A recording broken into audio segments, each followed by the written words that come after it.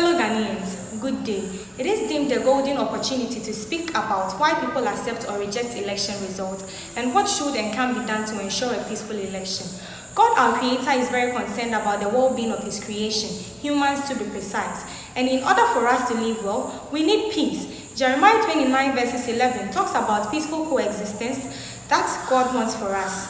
In order for this to be ensured, we need leaders in our community and the nation as a whole, and that is achieved through elections. Election will not serve its main purpose if not conducted peacefully, because peace is the prime basis for national development. My people, the rejection of election results can be stirred up from a real or perceived lack of credibility and integrity in the electoral process, and this can be because of some political relationships and affiliations with those who unveil electoral results. The Electoral Commission, to be precise, this results sometimes in self-exclusion in terms of democracy, and because it's a democratic nation, results should be accepted by all parties involved. It is therefore important that the electoral bodies will be seen as a neutral body.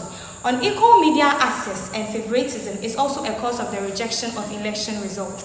The media plays a very crucial role during election period, and that should not be underrated. Some journalists show unprofessionalism by taking sides with political parties, which sometimes infuriates viewers, listeners, and readers, and aggravates tension among the masses. I therefore suggest to the media professionals to rather help campaign for peace and keep their political sentiments to themselves to prevent any unwarranted tension in the country.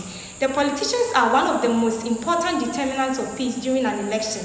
This is because if a politician makes up his mind to render an election result incredible, it affects his followers as they agree because of their political affiliations.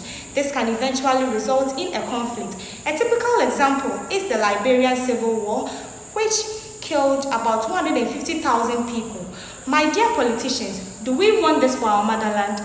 I believe no. I honorably suggest that if our politicians preach peace and go according to the right and safe means when they think an election result has been raided, thus embarking on court hearings, it will change the mindset of the masses who look up to them and will go a long way to eventually promote peace. Fellow Ghanaians, election calls out for campaigns and political arguments, and some of these arguments are with or without evidences and are held in order to taint the image of another political party.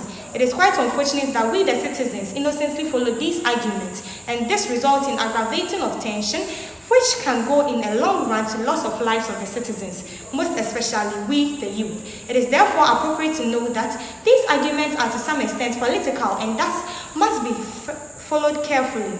My advice to us is that election results are not the grounds for arguments, campaigning, and spreading of rumors. Let's exercise patience and leave election scenes peacefully and go home to await the results.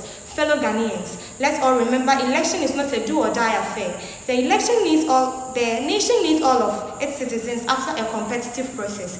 There is a proverb in one of our local dialects that goes like,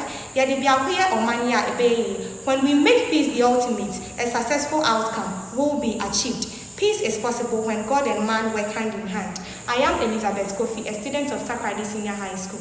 Thank you.